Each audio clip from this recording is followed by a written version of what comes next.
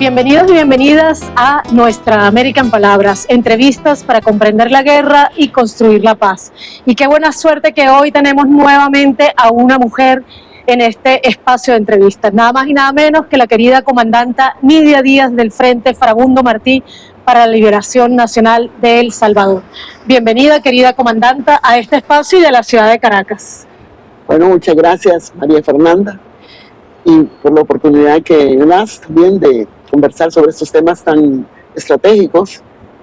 Un saludo a quienes nos están viendo, escuchando. Un abrazo también. Muy importante este tema, usted lo ha dicho, estratégico para nuestra América. Necesitamos construir la paz y para construir la paz necesitamos comprender qué es la guerra, por qué surge la guerra, cómo se desarrolla la guerra. Por eso me gustaría empezar, comandante, preguntándole por las situaciones que a su juicio le llevaron a usted y a sus compañeros y compañeras a levantarse en armas en El Salvador. Cuéntenos un poco esa historia, ¿por qué decidieron que era el momento de tomar las armas? Quiero caracterizarme sobre todo y ante todo como una luchadora social por la democracia, por la paz. Yo ingresé a la guerrilla como de 17 años, en el año 71.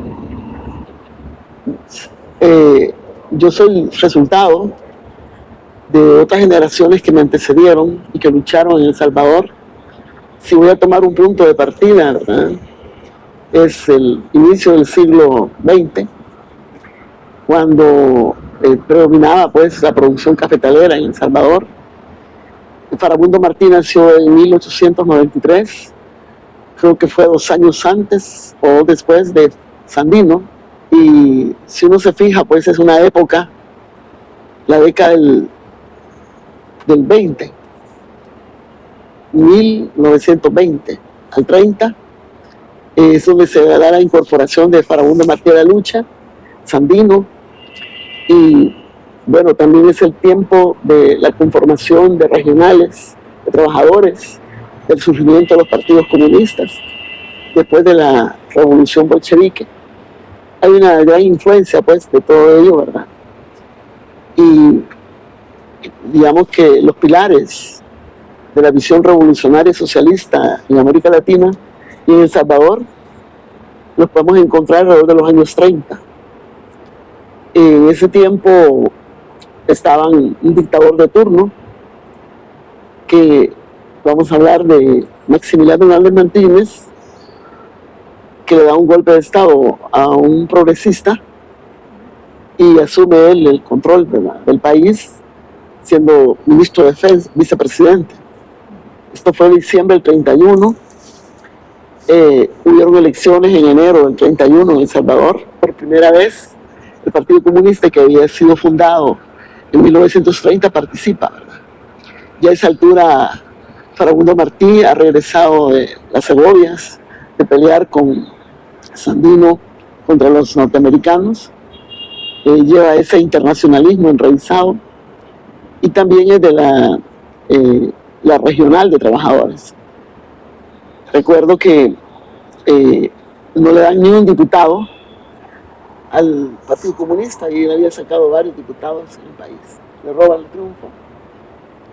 Ese enero del 32, nosotros quedó marcado en la historia, ¿verdad? Porque se da en un contexto de la depresión económica mundial.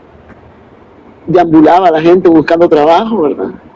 Las exportaciones de café habían decaído en El Salvador, que era el cultivo que predominaba, y donde había más concentración de mano de obra en Occidente.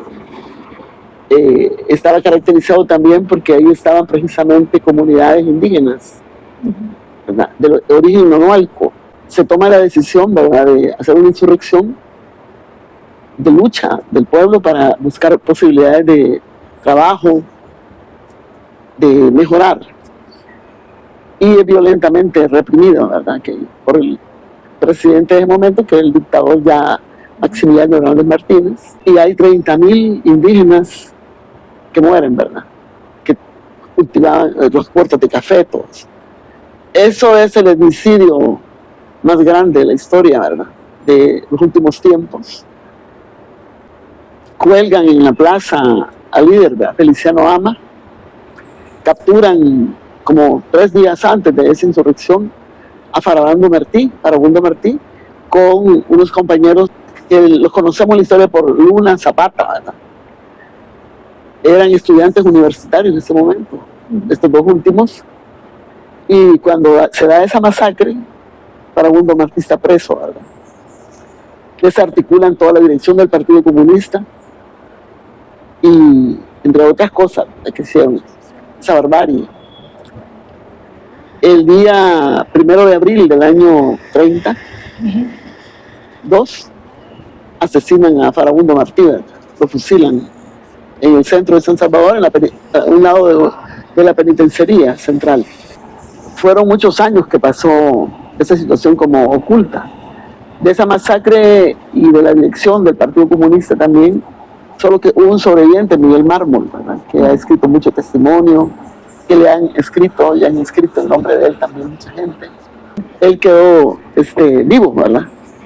Para contar todo lo que pasó. Vino una época de terror. Un paréntesis, recuerdo que se ha escrito de que el día que fue esa masacre, 22 de enero del año 32, hubo erupción de los volcanes en Centroamérica, Guatemala, El Salvador, y allí en El Salvador, de muchos lugares, ¿verdad? De 2, 3 volcanes. Y dice la narrativa, pues, que hasta la tierra se estremeció, hizo erupción de la matanza que hubo. Te hablo de un momento difícil. A partir de ese momento también se instalaron dictaduras militares, ¿verdad? Que duraron 60 años en El Salvador.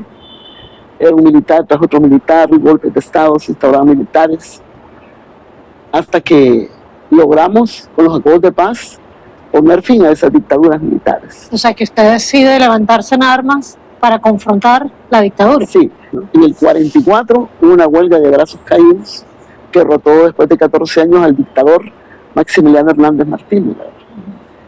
Se instaló un gobierno militar después, y así, militar tras militar, pasaron, ¿verdad? Unos más con aperturas, otros menos, hasta llegar también a unas condiciones del desarrollo de las fuerzas productivas en los años 60, ¿verdad? Hacia el mercado común centroamericano. Hubo organización magisterial, organización obrera, que crecían, ¿verdad? Y fortalecían esos poderosos movimientos. Pero se agotaba la forma o la vía de la revolución, ¿verdad? Ya después del triunfo de la Revolución Cubana, generó una influencia en toda América Latina como una opción, ¿verdad? Porque en El Salvador siempre participaba en elecciones la expresión legal del Partido Comunista, ¿verdad? Y no podía alcanzar sus niveles de poder o posicionamiento porque siempre había un fraude. El Salvador se caracterizó por violentar la voluntad popular. Empezó a perseguir gente desde los años 60, 70. Yo me incorporo a la guerrilla en el 71. En el 72 hay elecciones presidenciales y toda la oposición se une en la Unión Nacional Opositora, particularmente 3 partidos políticos. La Democracia Cristiana, que se había opuesto a las dictaduras, el Movimiento Nacional Revolucionario, un partido socialdemócrata, y el UDN, que era la expresión legal del Partido Comunista en el momento. De los 3, ¿verdad?, forman a uno: UDN, PDC y el MNR. Entonces, ganan las elecciones. Yo cuidé, esa es la primera vez que yo cuido mesas, y me han arrebatado de mis manos la guardia, la urna, golpearon a todo el mundo y bueno, sacaron al exilio a los candidatos, ¿verdad?, que estuvieron, inclusive un levantamiento de militares progresistas, fueron presos, y ahí comenzó pues un escalón más de la represión, ¿verdad? 72 al 74 se empezaron a las primeras masacres, ¿verdad? Llegando a ser en crecimiento. Pero recuerdo que en 74 hubo elecciones también, pero municipales y legislativas. Y algunos lugares se ganaron, ¿verdad?, por estas fuerzas progresistas, y les quitaron el triunfo, ¿verdad? no les dejaban espacios políticos para actuar, legales. Entonces todo eso fue cerrando caminos, ¿verdad? Ya en el 75, bueno, en el 72, se interviene la universidad, ¿verdad? Por el dictador de turno, que era Arturo Armando Molina. Él cierra la universidad por ser, dijo, nido de guerrilla, ¿verdad? Pero la mantuvo como 2 años cerrada. Y esas represiones locales, ¿verdad? Ya en el 75, ya se fue un paso más fuerte, ¿verdad? Hay masacres de estudiantes que luchaban por el respeto de la autonomía universitaria, que matan como a 30 estudiantes que estaban en las protestas. Y ahí se da otro momento de que se radicaliza el movimiento también popular, ¿verdad? Nos tomamos catedral, yo participo en esa toma y vamos pues a crear nuevas formas de organizar también al pueblo. Y en el 77 otra vez elecciones, ¿verdad? Y ahí se arrasó la oposición, ¿verdad? De cada 100 personas, quizás 90 votaban contra la dictadura y a favor de la oposición, ¿verdad? Que siempre se expresaba en la UNO, en esa alianza de fuerzas progresistas. Hubieron muchos días de huelga, ¿verdad? Para que se respetara el resultado electoral. Había ganado abrumadoramente la UNO, pero impusieron con bayoneta al general Carlos Humberto Romero. Hicieron una gran masacre el 28 de febrero del 77. Se conoce en la historia como la Guerra de las 100 horas, ¿verdad? Porque ya como existía guerrilla, pero no estaba desarrollada, sino que estaba más desarrollando la lucha política social de masas, ¿verdad? No militar, pero sí radicalizándose el movimiento. ¿En qué año exactamente nace el Farabundo Martí? En el 80. En el 80. Sí, entonces, y usted forma parte desde los 80. Usted es fundadora de eso. De la guerrilla del 71. Incorporé el RP, Ejército Revolucionario del Pueblo, y después en el 73 me separé porque era una visión muy militarista y estábamos en un debate de construir el Partido de la Revolución Salvadoreña, que combinara todas las formas de lucha, ¿verdad? Y que no solo se creyera que lo militar mandaba al fusil, ¿verdad? Y después fuimos a constituir en la Corrientes, que me fui, el PRTC, Partido Revolucionario de Trabajadores Centroamericanos, que ya fue un proyecto más regional, ¿verdad? Pero eso era la estructura clandestina, ¿verdad? Porque hacia afuera, yo por ejemplo desde el 73, mi misión fue construir el sector campesino dentro del Frente de Acción Popular Unificada, FAPU, y también trabajaba con obreros en los sindicatos a fortalecerlos, ¿verdad? Y en los tugurios. Entonces tenía 3 tipos de trabajo, pero el que más destacaba era el campesino. Y eso me tenía pues organizando y formando elementos avanzados, le decíamos a otros cuadros, para que la vía insurreccional es la que se construía, pues, ¿verdad? Los poderosos movimientos populares, ¿verdad? No pensábamos en una guerra larga, sobre todo que cuando el Che pasó por El Salvador rumbo a México, miró la topografía de El Salvador y dijo, aquí no puede haber guerrilla, porque somos un país pequeño, 300 kilómetros de largo, 80 kilómetros de ancho, donde hay una sobrepoblación por kilómetro cuadrado, y solo son lomas, casi no hay montañas, tal vez la fronteriza con Honduras. Entonces el Che pasa por Chalchuapa, ¿verdad? Un departamento, municipio de Occidente, ahí hay un busto dedicado al Che, en el lugar que estuvo, por cierto que hace poco lo quitaron, ¿verdad? En octubre del año pasado, el alcalde de Nuevas Ideas mandó derrumbar ese busto. Lo que te quiero contar es que venimos radicalizando el proceso más a la vía de lucha política, pero mientras pudimos tratábamos de evitar pues todo eso, ¿verdad? A partir de las luchas sociales y de las masas, y llegamos a crear poderoso movimiento de masa, ¿verdad? En el 77 que cambian dictador, ¿verdad? Y ahí sí, como te digo, la gente se volcó 8 días en las calles presionando que respetara su decisión, ¿verdad? Y fue la gran masacre del 28 de febrero. Me detengo en ese año porque marcó un hito en la historia, ¿verdad? Esa masacre. Y San Romero acababa de llegar a ser arzobispo en enero del 77. Yes. Eso fue radicalizando a San Romero ese mismo año, después de esa gran masacre del 28 de febrero y la imposición, ¿verdad?, del dictador Carlos Humberto Romero. se empezó a dar estado de excepción, ¿verdad? Estado de sitio, ley marcial. Se conoce en la historia de la guerra de 100 horas porque la milicia, nosotros, ¿verdad? Usamos armas pequeñas para tratar de detener pero, presos, heridos, y se marcó porque fue un baño de sangre en la Plaza de Libertad y la imposición de él, ¿verdad? Este general, días después, el 12 de marzo, asesinan al primer religioso, ¿verdad? Rutilio Grande, que hoy el Papa lo tiene en proceso de beatificación, junto a sus dos delegados de la palabra. Sí. Entonces San Romero empezó a cambiar, ¿verdad? Que Rutilio Grande estaba más vinculado a la teología de la liberación. Exactamente, y él era muy, como te dijera, muy espiritual, San Romero. Venía de un lugar que la gente tenía temor que tuviera compromiso con la oligarquía, que era Santiago de María, una zona cafetalera, ¿verdad? Pero él no, era muy amigo de Rutilio, ¿verdad? Y tenía su propia visión del apostolado, y empieza a denunciar, ¿verdad? Hasta convertirse en la voz de los sin voz, ¿verdad? Bueno, la cosa es que es muy importante ese 77 porque marca la radicalidad del proceso, ¿verdad? Y entre el 77 y el 79 se da que el periodo de la orgía y los escuadrones de la muerte. La gente era muy desaparecida, y aparecía en las calles tiradas, sin cabeza. Fue un momento muy difícil para el país.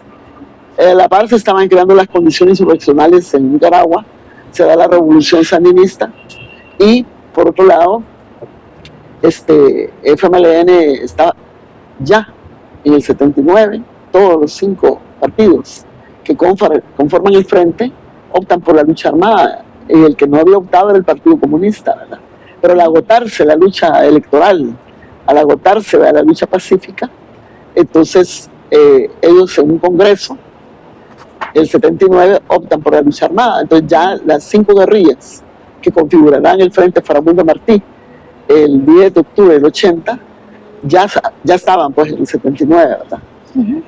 Que son el Partido Comunista, la Fuerza Popular de Liberación FPL, el Ejército Revolucionario del Pueblo y los 2 desprendimientos del Ejército Revolucionario del Pueblo que ya eran partidos, PRTC y Resistencia Nacional.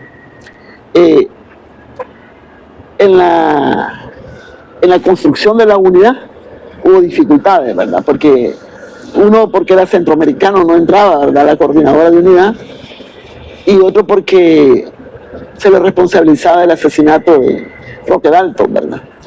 Eso fue el 79. Ya el 80, bueno, quiero decirte que el 15 de octubre del 79 se da el último golpe de Estado que ha habido en El Salvador, ¿verdad? Golpe militar. Pero quienes lo gestan son los militares jóvenes, ¿verdad? Y detrás está la embajada americana, que en ese momento Carter había suspendido la ayuda a El Salvador, ¿verdad?, por país violador de derechos humanos y porque habían asesinado a unos norteamericanos que estaban hablando un poco de la reforma agraria. Lo cual no quiere decir que no estuvieron detrás de todo este tiempo de dictadura, ¿no? Claro, no. Es que ellos eran una corriente para detener la insurrección, porque los sandinistas acababan de triunfar, ¿verdad? Y ellos no querían que hubiera otra insurrección que se estaba ya gestando. Entonces intervienen a través de un golpe y declaran esa junta cívico-militar una composición de civiles. Gente progresista entró, y esa conformación de la Junta Cívico-Militar solo dura 3 meses, porque a los 3 meses se vuelve a hechizar la Junta, y vuelven los militares que habían sido separados, ¿verdad? Entonces una ilusión, y cuando, a pesar de que se había dado un decreto de reforma agraria, nacionalizada la banca, nacionalizado el comercio exterior, y se suponía que habían sido separados los militares más sanguinarios, retornan, ¿verdad? Y toda la gente de oposición progresista se sale. En enero del 80, Duarte regresa del exilio, el demócrata cristiano que había ido desde el año 72 a Venezuela, y vuelve a, como te dijera, la Junta a derechizarse, y se vuelve enemiga. Y hay una división en la democracia cristiana, surge el Frente Democrático Revolucionario, ¿verdad? Asesinan a San Romero, porque no para en ningún momento la represión, porque, por ejemplo, el 20 de enero del año 80, sale a la calle el gran poderoso coordinador revolucionario de masas, como 500,000 gentes en la calle, y los francotiradores hacen una matanza ahí, ¿verdad? Bueno, fue la época en que yo me quebré el tobillo, ¿verdad? Saltando un muro, y entonces decirte que eso radicaliza a San Romero, ¿verdad? Y es aquel discurso que da de que cese la represión en nombre de Dios, les ordeno, ¿verdad? Que lo llevó a que lo asesinaran el 24 de marzo. De 1980. Sí, y en abril ya se constituye otro poderoso movimiento que aglutina a la Coordinadora Revolucionaria de Masas, donde están las expresiones social-políticas de las guerrillas, realmente, ¿verdad? Es el Bloque Popular, las ligas 28 de febrero, el Frente de Acción Popular Unificada, FAPU, el Movimiento de Liberación Nacional y el UDN. Eran grandes, poderosos movimientos, ¿verdad? De esos que mueven miles y miles, ¿verdad? Toda la zona campesina organizada en el sur, el norte, el oeste del país, los obreros, los campesinos, los estudiantes, todo el mundo estaba expresado en las CRS. Pero había que aliarse con otras fuerzas progresistas, ¿verdad? Que se habían radicalizado también, como eran estos partidos que habían venido participando en la oposición y que habían perdido elecciones, ¿verdad? ¿Hasta qué punto diría usted que esas fuerzas que estaban conformadas eran fuerzas realmente revolucionarias o eran fuerzas contra la dictadura, nacionalistas, llegaban a ser antiimperialistas? ¿Cómo veía usted ahí la conformación de esos movimientos? A esa altura no se evidenciaba que el factor que estaba prolongando todo ello era el factor del imperio, ¿verdad? El factor de la intervención norteamericana. Hasta ese momento estábamos más en el enfrentamiento con la dictadura militar, ¿verdad? Y era lo que los aglutinaba. Antimilitares, ¿verdad? Anti la represión. Y ahí es donde se funda el Frente Democrático Revolucionario, el 18 de abril del año 80. El Frente todavía no está unido, solamente está una especie de coordinadora revolucionaria, ¿verdad? Y también ese año 80 surge la Dirección Unificada, Dirección Revolucionaria Unificada, DRU, y es el que genera las condiciones para el frente que se constituye el 10 de octubre del 80, en alianza inmediata con este frente grande que se crea, Frente Democrático Revolucionario. O sea, el Frente Farabundo Martí nace en ese contexto en 1980. Sí, el 10 de octubre. Y se alía desde un principio con el Frente Democrático Revolucionario, que expresa corrientes de pensamiento progresista, ¿verdad? Y ahí va incluida la Coordinadora Revolucionaria de Masas, que son los poderosos movimientos mismos de la guerrilla, que ha construido. Y se forma una comisión política diplomática para la paz, que busca el diálogo. Pero la oligarquía salvadoreña, la cafetalera, todo, no cree en el diálogo. Es más, en noviembre del año 80 asesinan al presidente del FDR, que venía del sector terrateniente, pero que había donado sus tierras a los campesinos, parecido a Solentilán, ¿verdad? Para hacer un proyecto diferente. Por traidor lo matan a la clase, ¿verdad? Entonces, él y toda la dirigencia del FDR aparecen picados por los escuadrones de la muerte. Eso fue el 28 de noviembre del 80. Ya estaba constituido el frente, ya había una comisión diplomática de paz y ya teníamos un programa de gobierno revolucionario, el GDR, que era lo que unía a toda la fuerza, ¿verdad? Esto queremos para El Salvador. O sea, que aunque estaban alzados en armas, desde el principio estaban planteando los diálogos y la paz. No teníamos ejército guerrillero, teníamos puras milicias y comandos urbanos. No había un ejército rural cuando hicimos esa constitución del Frente Farabundo Martí. Pero estaban alzados en armas. Estábamos ya empezando a alzarnos en armas, ¿verdad? Porque teníamos guerrilla urbana, teníamos milicias, tropas, y ya estábamos haciendo escuelas en los frentes, si quiere, pero eran poblaciones que vivían ahí. Quizá habían dos tesis dentro del mismo frente, ¿verdad? La tesis de la insurrección, ¿verdad? Que había que acelerarla, ¿verdad? Porque el factor subjetivo no estaba todavía unido. Claro. Y tenía otra tesis, que era la guerra popular prolongada, que por la experiencia salvadoreña, en la década del siglo XIX, como en 1833, se levantaron los pueblos indígenas en una insurrección, pero en el lado paracentral, ¿verdad? ¿Qué le costó la vida a Anastasio Aquino? Le cortaron la cabeza, la pusieron de ejemplo, y una gran represión que hubo en ese tiempo de 1833. 100 años después fue la gran masacre que te explicaba del 32, ¿verdad? De enero, donde mataron 30.000 indígenas. Y todas las dictaduras fueron represivas. Pero ¿qué es lo que derrotó al dictador en el 44? El que hizo la masacre. La huelga de brazos caídos, que todo el pueblo una mañana se levantó y duró como una semana que nadie iba a trabajar, solo marchas con los brazos caídos, ¿va? Entonces por eso le llaman la huelga de brazos caídos, derrotó a un dictador. Entonces siempre eran como insurrecciones, ¿verdad? Claro. Entonces nosotros en el 80 estaban esas dos tesis, ¿verdad? Pero gana Reagan en noviembre del año 80, el gobierno de Estados Unidos restituye la ayuda de inmediato a El Salvador, que Carter había suspendido, y nosotros propusimos dialogar con él, ¿verdad? En Honduras estaba un embajador Negroponte y no quiso.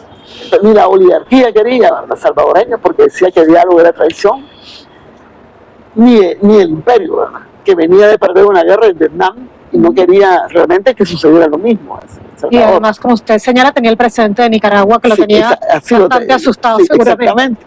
Entonces, nosotros decidimos, bueno, vamos a la guerra, a la insurrección, ¿verdad? Y decidimos irnos el 10 de enero del 81. Pero pensábamos vernos en la Plaza Libertad toda, como a las 6 de la tarde. Dijimos, bueno, ya vamos a llegar. Y hubo personas que realmente se compenetraron de que iba a ser rápido el hostigamiento de los cuarteles, porque no era para tomarse cuarteles en ese esfuerzo que hicimos. No teníamos la logística, no teníamos más que pueblo, ¿va? Mire, ahí iban pistolas de juguete, fusiles de juguete, cascos de juguete, fusiles de palo y algunos verdaderos, ¿verdad? También, es decir, una mezcla como para asustar, ¿verdad? Sí. Y tiramos a los cuarteles. Pero la respuesta fue contundente de ellos, aplastarnos. Y entonces ahí donde viene el repliegue inmediato del frente a las zonas que eran de organizaciones populares, campesinas, ¿verdad? En un terreno tan chiquito, el pueblo fue en las montañas para nosotros, y la línea de la comandancia fue resistir, organizarnos y desarrollarnos y avanzar, ¿verdad? Ahorita repliegue total. Entonces, donde la gente, el ejército se mete y empieza a perseguir las poblaciones, ¿verdad? Entonces, la guerrilla empieza a estructurar en medio de eso sus estructuras militares, ¿verdad? Pero ahí donde se dan unas masacres terribles, porque apenas teníamos pocos fusiles y ellos ven como objetivo aplastar al pueblo, ¿verdad? Entonces, y tenemos un recuento grande. El 10 de enero que nos alzamos y iniciamos la guerra, pues. O sea, lo hicimos por el agotamiento de las formas de lucha políticas, el agotamiento de la paciencia de un pueblo que tenía grandes víctimas. Se había acumulado ya como 60.000 muertos, ¿verdad? En todos esos 30 años, 40, 50 años, se había acumulado desde los años 30. Desaparecidos, teníamos ya 8.000 desaparecidos. Y no había espacio político para nosotros, no había ninguna alternativa, ¿verdad? Porque habíamos jugado a las elecciones y las imponían a base de fuego, nos robaban los triunfos. Entonces todo era, digamos, negativo por parte de ellos. Había una posibilidad de entendimiento. Y ellos que ostentaban el poder, los oligarcas, no creaban ninguna facilidad o oportunidad para la inclusión política, para para respetar pues la voluntad de un pueblo, su soberanía, ¿verdad? La tremenda injusticia, la tenencia de la tierra había desalojado campesinos, la gente realmente era excluida del beneficio en lo económico, en lo político, en lo social, y ese agotamiento, ¿verdad? Total de las formas de lucha pacíficas, legales, ¿verdad? Nos llevó a iniciar pues una guerra de liberación, ¿verdad? Que 7 meses después de haber iniciado, el gobierno de Francia y de México reconocieron en una declaración franco-mexicana, 28 de agosto del 81, que no podía haber solución al conflicto, ¿verdad?, armado, ¿verdad?, que se había desatado ya en el país, si no se tomaba en cuenta al FMLN como una fuerza representativa del pueblo, y que la salida era política. Cuanto antes se tomaran los acuerdos, se resolvía. Y también que la humanización del conflicto se diera en el país, dado que éramos suscriptores de los convenios de Ginebra tiempo atrás, ¿verdad? Entonces, Con esas dos cosas se sumaron los países del Grupo de Río y otros. El 4 de octubre creo, de ese mismo año, Daniel Ortega lee en las Naciones Unidas una carta del Farabundo Martí y del FDR que queríamos los diálogos para poner fin a ese baño de sangre que se estaba dando. Y se leyó a todos los pueblos del mundo, pero no hicieron caso. La guerra siguió, el frente atravesó, derrotó a lo largo de sus 12 años de guerra civil 4 proyectos contrainsurgentes, ¿verdad? Unos que nos quisieron aniquilar desde el primer día. El de Reagan y el Sí, proyecto y de Contadora. Reagan, de esos 12 años, 8 años gobernó Reagan, ¿verdad? Y después Después de Reagan vino Bush padre. Bush padre. Entonces nosotros nos enfrentamos solo a los republicanos, ¿verdad? Trogloditas. Sí. Entonces, quiero No hacer es que sean mucho mejores los demócratas, pero no. Les gusta más mostrarnos la zanahoria que el garrote. Sí, exactamente. Pero te quiero decir de que fue una lucha muy, muy fuerte. Claro. El derrotarlos era haber barrido, el primer proyecto que derrotamos es barrer todo el norte del país de los paramilitares, ¿verdad? Los acabamos a los paramilitares, los llevamos, y que eran su base de apoyo, entonces los llevamos casi al colapso. Entonces cambia el plan estratégico de ellos, ¿verdad? Ellos era desatar la guerra aérea, ¿verdad? En el 84, y empezaron a usar los aviones, los helicópteros, todo. Y también dejarnos sin agua, ¿verdad? Como decíamos, empezó la política de tierra arrasada en poblaciones y el plan Conara, ¿verdad? Ir reconstruyendo las áreas que iban... Claro. Pero nosotros entonces cambiamos también estrategia. Hicimos el mapeo del país y se dio el desarrollo de la guerra de guerrilla, ¿verdad? ¿Sabe que siendo yo muy pequeña, siendo niña, una de mis primeros acercamientos a la política directamente fue que mis padres me llevaron a un concierto de Ali Primera. Este concierto tenía como nombre El Salvador Vencerá. Y entonces de niña pequeña llegué a tener en la puerta de mi cuarto una calcomanía que decía El Salvador Vencerá, autografiada por Ali Primera, que para mí era como uno de los tesoros más grandes. Fue la época en que Techos de Cartón nace como casi un himno, es así, o sea, hay una relación profunda entre Venezuela y El Salvador, sí, que uno le evidencia en los guaraguaos y en Techos de Cartón de Ali Primera. ¿Es cierto eso? ¿Ustedes en esa época en El Salvador llegaron a sentir esa solidaridad y esa cercanía con Venezuela? Sí, claro. Nosotros también quiero decirte que somos el resultado no solo de los salvadoreños, ¿verdad? O centroamericanos, sino del mundo. O sea, la influencia sobre nosotros vino también cultural, de artistas, de filósofos, de pensadores, ¿verdad? Y de experiencias revolucionarias, de Emiliano Zapata, de Sandino, de todos ellos, ¿verdad? Bueno, el Che como influyó en nosotros también. Entonces... ¿El propio Ali Primera también lo conocieron? El Ali Primera, claro, nos dedicó el sombrero azul en el año 84, antes de morir, en un concierto. Él llegó a El Salvador a cantar también, y aquí también en Venezuela, ¿verdad? Sí, nosotros siempre hemos visto la lucha de los pueblos. Bueno, y la teología de la liberación. Claro, Colombia para nosotros con Camilo Torres, ¿verdad? Bueno, después fueron la coordinadora Simón Bolívar, con la que tratábamos, pero en una fuente de inspiración.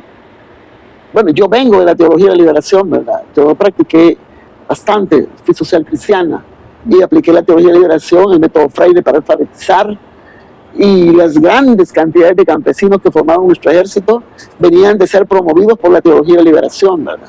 Y la opción preferencial por los pobres. O sea, que usted diría que estaba en las raíces de la insurrección popular, la teología de la liberación. Digo, eso es muy fácil de ver ahora después, cuando vemos a San Romero de América ahí, ¿no? Como la imagen de la resistencia del Salvador. Cuando llegó a ser el San Romero de América, ¿verdad? No, es que esa revolución, ese proceso de lucha, era así. Y te voy a decir que se llevaban presa a la gente por tener el Nuevo Testamento o tener libros de la teología de la liberación. A ese punto llegaron. Sí. Y hablando de la estampa de San Romero fue prohibida en todo el país. Te lo juro que se llevaban presa a la gente. Por tener una foto. Tú vas a la falda de WhatsApp, a lugares así de lucha, y te cuenta la gente, ¿verdad? Que se la llevaron por tener un libro de teología de liberación. Y la gente escondía la estampa de San Romero. que en esa época era pues Monseñor Romero. Era Monseñor Romero, pero después Claro. está en los altares, aunque no quieran, Claro, y del claro. mundo. Y en esa época usted también, primero se convirtió en comandante, ¿no?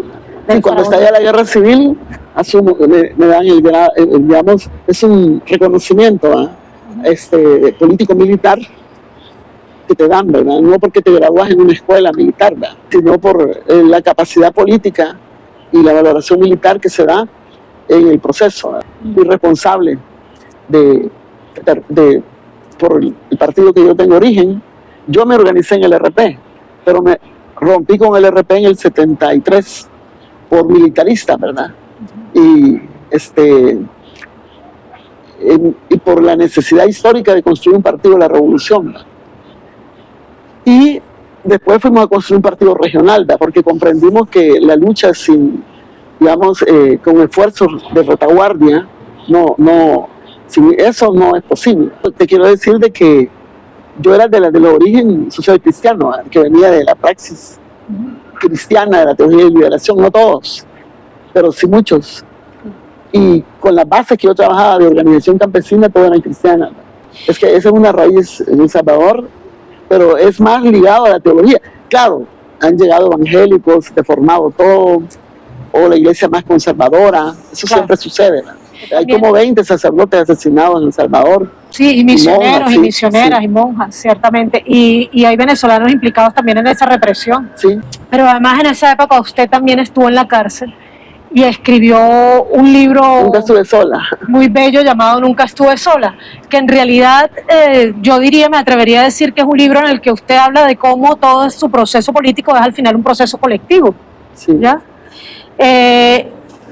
Que llevó a esta comandanta que estuvo en la cárcel, que estuvo dirigiendo lucha armada, que estuvo dirigiendo también organización campesina y urbana, a decidir que realmente era importante sumarse a unos diálogos con el gobierno salvadoreño, con las autoridades, digamos, del Salvador del momento. ¿Participa usted de esa toma de decisión de parte del Frente o simplemente se le da la instrucción de que debe sumarse a esos diálogos? Bueno, la verdad es que yo era más a la visión social y a la visión militar, ¿verdad? No entré a la Comisión Política y Diplomática cuando se constituyó. Habían otros compañeros, ¿verdad? Más elocuentes, más... Pero de algún modo se consultó Sí. con ustedes, con quienes No, estaban. bueno, en mi caso, yo estaba en la zona de Chalatenango. Acabamos de terminar diálogos con la Comandancia General, yo era adjunta. Y Duarte, que habíamos llevado su primer periodo casi al colapso, cuando estaba en la Junta, y después, que es electo presidente, y los gringos estaban discutiendo en el Congreso la continuidad de ayuda, él dice ante la ONU que quiere dialogar con la guerrilla. El 15 de octubre del año 84, esto era el 8 de octubre. Entonces yo estaba en esa región donde él propone dialogar, ¿verdad? Porque acabamos de terminar reunión de la comandancia. Entonces mis compañeros me dicen que yo debo formar parte de la delegación. ¿verdad? Y yo les dije que no quería. ¿Pero por qué, verdad? Porque iba a romper mi clandestinidad. Les dije. Si mi rostro salía al mundo, yo no lo quería porque vas a ver la gente, porque, bueno, de una u otra forma yo era un poco conocida, ¿verdad? Tal vez no pública. Y entonces pensé en el seguritismo, el riesgo a toda la familia. Y les dije, no, fíjate que no, pero es una indicación, ¿verdad? Tú tienes que formar parte de la delegación. Bueno, al grado de que la delegación había comenzado ya a caminar y yo no me decidía todavía. Entonces yo dije, bueno, llegó el momento de perder mi clandestinidad, ¿verdad? Porque voy a dar el rostro al mundo y si es una misión, ¿verdad? La habíamos preparado de qué iba a tratar, ¿verdad? La reunión en conjunto, pero yo no pensaba, ¿verdad? Entonces dije, bueno, no, ¿verdad? Y salí detrás. Y eso era el año 85. 84. ¿no? 84. Y salí detrás de los compañeros, ¿verdad? Hasta alcanzarlos a un punto y ahí ya me integré, ¿verdad? Ya, yo me acuerdo que me habían regalado un sombrerito de cazador, ¿verdad? Y yo me lo bajaba así, ¿verdad? Para que nadie me reconociera. Y levántate, y bueno, chao, lo levantaba. Pero sí, estaba un poco nerviosa por esa parte. Pero realmente fue una experiencia grande. ¿Cuántos años tardaron los diálogos? Bueno, hasta 84 fue ese, ¿verdad? Mira, lo más importante es que cuando nos sentamos las partes en la mesa y la Iglesia Católica intermediaria, ¿verdad? El arzobispo Rivera y Damas, que es conocido en la historia como artesano de la paz porque estuvo en varios diálogos, el actual cardenal Rosa Chávez, que nombró el Papa Francisco como cardenal, y las dos partes. Entonces aquí estaba Duarte, el presidente, Rey Prendes, que su mujer era bien amiga de mi mamá, ¿verdad? Ellos me conocían. Duarte mismo me conocía porque mi mamá, bueno, fue demócrata cristiana en una etapa, cuando éramos oposición, todo, ¿verdad? Y yo que había estado recientemente en el casamiento en el año 83, había ido a un matrimonio, porque mi hermana me llevó de una sobrina de Duarte. Y ahí, o sea que se habrá sorprendido bastante de sí, verla. Varios se sorprendieron ahí porque la leyenda era otra afuera, que yo estaba en México en un posgrado, y entonces yo un poco incómoda, ¿verdad? Sí. Solo Rey Prendes sí se llegó a platicar conmigo.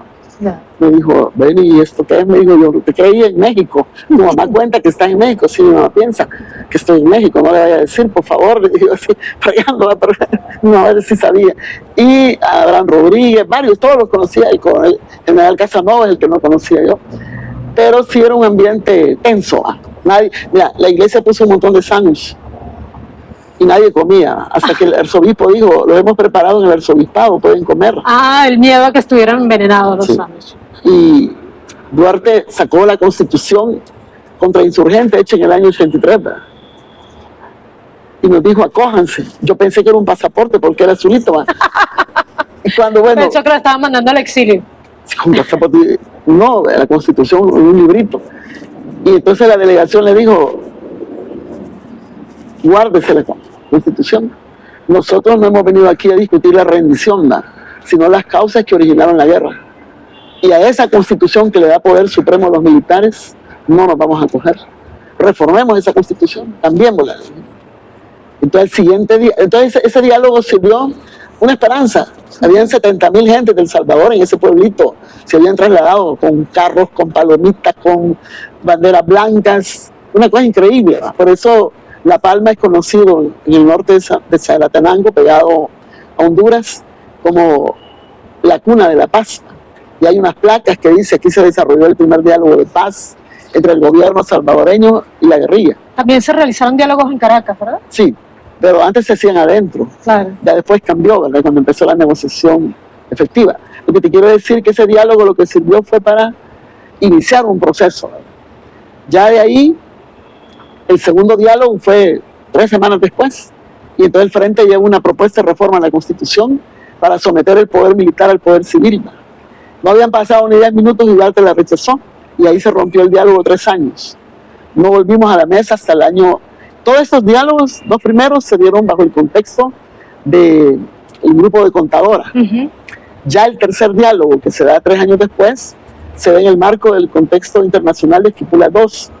Ya Ortega se ha metido, 88, 87. 87. Y dura 2 días en la capital. Ya se rompe el diálogo y ya no dialogamos durante 2 años, hasta el 89, que entra Cristiani en el oligarca, y su campaña también ofreció diálogo.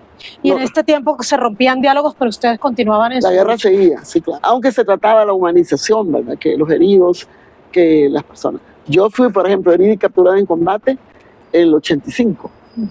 Entonces, por un desembarco y transportado, ya estamos en la guerra aérea. Y para mi liberación y la liberación de otros compañeros, se capturó la hija del presidente y salimos por un canje humanitario. ¿En qué año? 85, octubre. Yo fui capturada en abril. En el mismo 85. Ya. Estuve 190 días. Y yo soy liberada. La comandancia dice que no vaya adentro, sino que voy afuera para que Cuba me revise las heridas, ¿verdad? Porque tuve 4 balazos, una quemada, muchas esquirlas. Entonces me fui para afuera. O sea, fue capturada cuando ya estaba herida, pues. Sí, claro. Desmayada, quemándome el brazo, fue todo un desastre. Sí. Entonces yo... Recuerdo esos detalles de sus libros. Me voy y quiero volver, ¿verdad? Entonces, yo me incorporo a los diálogos de negociación en el año 89. otra vez, ¿verdad? Porque yo me dediqué a la Comisión Política Diplomática para la Paz desde el 87 y presidí la Comisión de Derechos Humanos del Frente a nivel internacional para ser interlocutora ante organismos de derechos humanos de la ONU, de American Watch. ¿Y qué lograron ustedes con esos acuerdos? Bueno, no se lograba nada, pero sí en la ida y venida de todo eso se peleaba por la humanización del conflicto, porque se aplicaran los convenios de Ginebra, se respetaran los heridos de guerra, la población, pero ellos rechazaban todo lo que fuera contenido sustantivo de reforma, etc. Entonces en el 89 empezamos con Cristiani, sin intermediario, las dos partes, sin México. Ya a esa altura había una gran presión internacional, de la Internacional Socialdemócrata y la Internacional Social Cristiana, de que nosotros diéramos cese al fuego gratis, ¿verdad? Nosotros no aceptábamos esa presión y tratábamos de canalizar la presión hacia el gobierno. Pues por eso Cristiani hicimos hablar, pero ya los diálogos no van a ser adentro, van a ser afuera, y las dos partes sin terceros, ¿verdad? Ese primer diálogo fue un fracaso, pues, en México, el 15 de septiembre del año 89. Pero les habían dicho a la mesa, a los delegados de ellos, que eso era cuestión de tiempo, que se desmoronaba el muro de Berlín, que el socialismo caía y nosotros íbamos a terminar rindiéndonos en la mesa, que tuvieran paciencia. Entonces teníamos la presión internacional y todo, pero nosotros no cedimos. Fuimos a Costa Rica, a un convento, yo ahí estaba incorporada, de las hermanas Clarisa, y ahí ellos no querían ni hacer agenda, los militares ni sentaban en la mesa, sino que atrás, no quería, pero ya había otra vez el intermediario de la Iglesia Católica, ¿verdad? Y invitados la ONU, la OEA, todo el mundo, y ese diálogo, el tercero lo íbamos a hacer en noviembre, pero en eso ponen una bomba a finales de octubre, donde matan 34 sindicalistas, internastras, y el Frente ya decide parar. Nosotros nos veníamos preparando en la contraofensiva desde el 87. Todos esos 2 años posponíamos, pero decidimos lanzar la ofensiva hasta el tope y punto. ¿Qué año? El 89, y el 11 de noviembre de ese año 89 se lanzó la ofensiva al tope y punto, tipo Kampala, tipo Kunming, que todo sobre la capital, ¿verdad? No queríamos atacar cuarteles, solo avanzar de territorio como el pueblo. Esa ofensiva duró casi 1 mes y medio sobre San Salvador, ¿verdad? Pero nosotros hicimos, ¿qué va a pasar del desenlace? O estos abren el diálogo real con acuerdo, ¿verdad? O invade Estados Unidos, ¿verdad? Pero el Congreso norteamericano lo llevó pase para invadir Panamá, no para El Salvador, ¿verdad? La invasión a Panamá fue el 20 de noviembre, de diciembre, creo, del 89. Y nosotros decíamos, si es que ¿para qué quieren tropa norteamericana? Tienen 300 asesores aquí, ¿verdad? Permanentes. ¿Para qué más tropa? ¿Para qué más? Si aquí hay salvadoreños, hay militares salvadoreños, ¿verdad? No creemos que vayan a invadir, bueno, pero nos vamos a preparar para una invasión, ¿verdad? Entonces, el escenario de una salida, a que se sentaran realmente a negociar, o esa invasión no la veíamos. Entonces, el tercer escenario era la gran represión, ¿verdad? Sobre la ciudad, ¿verdad? Pero no creyéramos que iban a bombardear la periferia de la ciudad, y la bombardearon, ¿verdad? Bueno, ahí resistimos como 1 mes y medio, pero en la ciudad, en las barricadas, todo eso. Bueno, nosotros perdimos 400 guerrilleros, ellos un tanto, de población civil, y 4 meses después se abrió la negociación real en Ginebra, ya con diseño, objetivos. Año 90. Y nos trazamos 4 propósitos: superar el conflicto armado por la vía de acuerdos políticos, ¿verdad? Segundo, esos acuerdos políticos iban a poner fin a la dictadura militar y iban a abrir un proceso democrático al país. Tercero era que tuviera vigencia plena de derechos humanos, y cuarto era la reunificación del Salvador. Entonces, ambas partes tienen derechos iguales, etcétera, y la intermediación iba a ser la ONU, porque se firmó ese acuerdo con Pérez de Cuellar, con un medio. Y bueno, comenzamos los diálogos precisamente aquí, en Caracas, con Carlos Andrés Pérez. Estaba todavía estoy hablando del 90. Ahí hicimos el diseño de las negociaciones, las etapas, la agenda. 8 días dándonos riata, que la Fuerza Armada, el primer punto; el segundo era reforma constitucional, reforma al sistema judicial, reforma al sistema electoral, derechos humanos, problema económico y social. Eran 6 puntos a favor de la sociedad.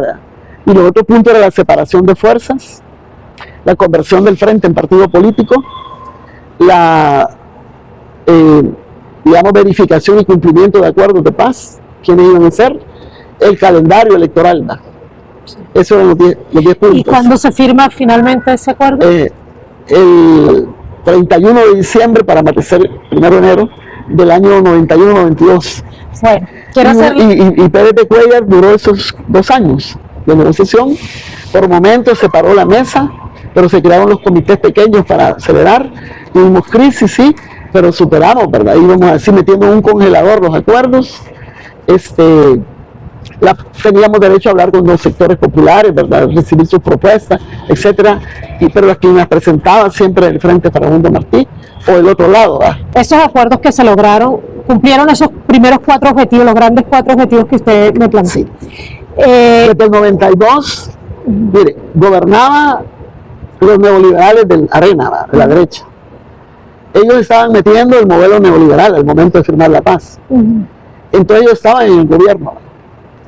Entonces ellos terminaron su mandato, Cristiani, en el año 94. Estoy hablando que estábamos firmando la paz en 92. Pero desde que se firmó empezó una transición, ¿verdad? Una disputa entre los neoliberales que querían excluir al pueblo de los beneficios y el proceso democrático que era incluyente, ¿verdad? Todos los acuerdos que hemos tomado. Porque el acuerdo económico no fue muy profundo, pero daba para no ser voraz, si querés, en el neoliberalismo. ¿verdad? Pero ellos no, ¿verdad? Ellos más iban apretados, pero la parte política. Pero la parte económica, ellos querían privatizar todo. Entonces fueron 18 años que gobernó Arena. A partir de ese momento, que ya estaban en el gobierno, en disputa del rumbo que tomaban hasta cierto punto, la profundidad de los acuerdos. O sea que nunca llegaron a cumplirse a cabalidad como ustedes lo habían soñado. Como lo habíamos soñado, no. Es decir, siempre dependía de la correlación de fuerzas políticas, el alcance. ¿verdad? Bueno, aquí, vamos a constituir una nueva Corte Suprema de Justicia. ¿Cuántos diputados tenemos? ¿Cuántos vos?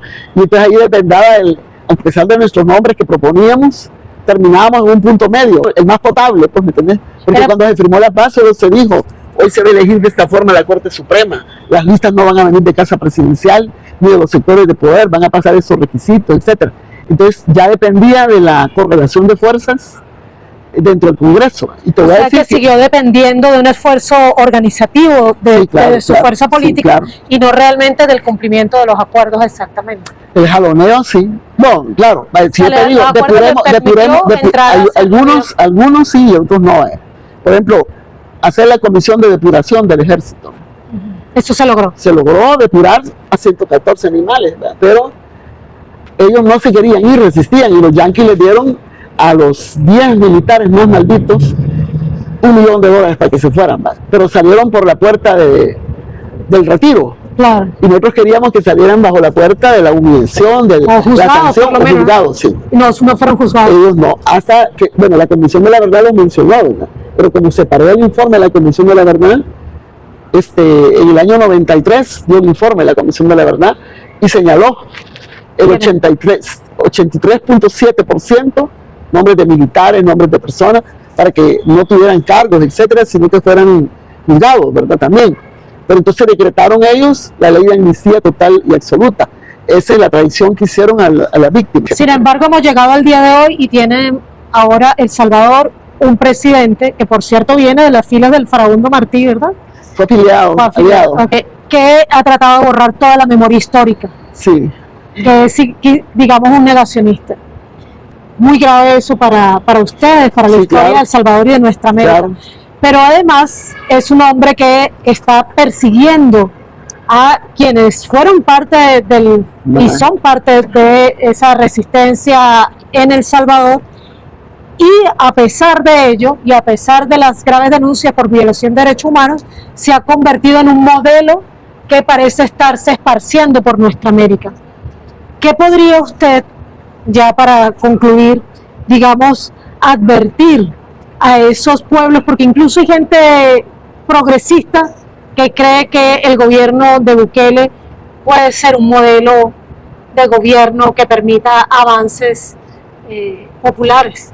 ¿Qué querría usted advertirle a quienes tienen esa visión sobre el actual gobierno salvadoreño?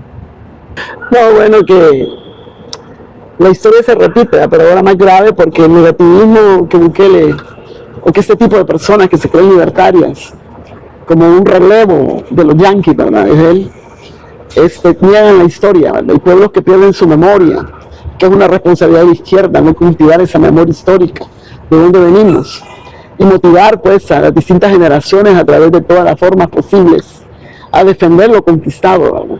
El poder popular.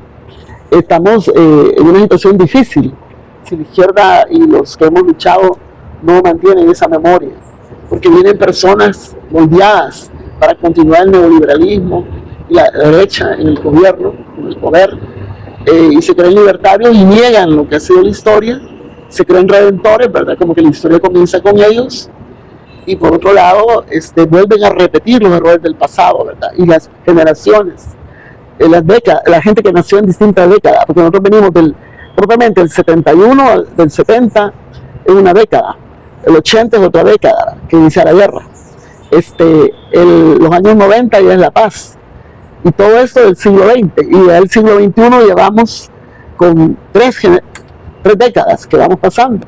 Pero en todas esas fases nacen niños, etcétera, y unos hijos de luchadores, pero que hay veces la gente queda con resentimientos, con no satisfacciones de tanta lucha, tanto esfuerzo y sacrificio, y hay amargura, ¿verdad? Hay resentimientos, no que se quiere saber, o a veces se oculta, en vez de ser como egoísmo de ese pueblo. Hay una visión vergonzante. Sí, algo así, ¿verdad? Mira cómo estamos, ¿verdad? Y tanto que luchamos, tanto que nos costó, tantas nuestras víctimas, y miren a dónde estamos. Entonces ese espíritu de seguir luchando bajo un eje motor de esperanza, de que vamos a conquistar algo, ¿verdad? Y cuando tú pasas como izquierda por el gobierno y no haces las transformaciones básicas necesarias, estuvimos, ¿verdad? Pero fueron lo mismo, etcétera, aunque no haya sido lo mismo, pero la gente llega a tener esas situaciones de para qué, pues, ¿verdad? ¿Para qué luchar y para qué seguir luchando, ¿verdad? Que es el momento más crucial ahorita para nosotros, de cómo motivar, ¿verdad? A continuar, ¿verdad? Y la gente a veces compara, bueno, teníamos esto antes, ¿verdad? Teníamos 20 proyectos, tantas cosas, nos daban esto, y ahora nada, ¿verdad? Se han desmontado. Pero como ahora Bukele agarra el elemento seguridad, ¿verdad? Que es un problema muy complejo, solo encerrando a la gente, ¿verdad? Y la gente ve que lo hace a costa de no tener debidos procesos y violar los derechos humanos. Y por otro lado reproduce las causas que originan la delincuencia común, que originan la migración, la descomposición social, la ruptura de los hogares, ¿verdad? Entonces estamos, ¿en qué momento estamos? ¿Verdad? Hay como un revés entonces ahora con respecto a lo que ustedes sentían que habían logrado. Claro, porque está revirtiendo, está cerrando los programas, los proyectos, ¿verdad? O sea que no es un modelo.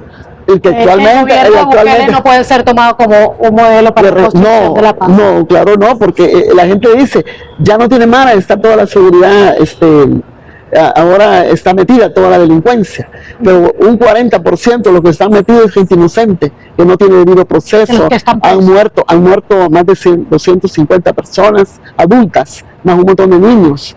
Entonces la gente, como todos los 10 garantías constitucionales, están suspendidas.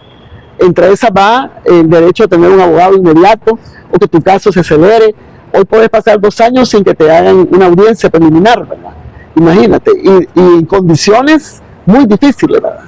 Hoy hay una forma de cadena perpetua que está prohibida en la Constitución, y también pena de muerte, porque cadena perpetua es que en vez de hacerte cómputo por delitos, te suman, hay cadenas de 170 años, ¿verdad?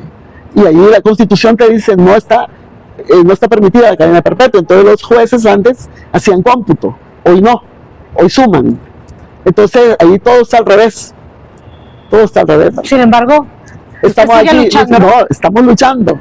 Ahora es tiempo de lucha y resistencia. Yo y muchos compañeros seguimos en la lucha. Bueno, no hay tiempo de descansar, ¿verdad? Muchísimas gracias. Estamos entrando en una etapa de resistencia y rebeldía y de mucha lucha y organización, ¿verdad? En el pueblo. Bueno, muchísimas gracias, comandante Lidio Díaz, y muchas gracias a ustedes por acompañarnos una vez más en Nuestra América en Palabras.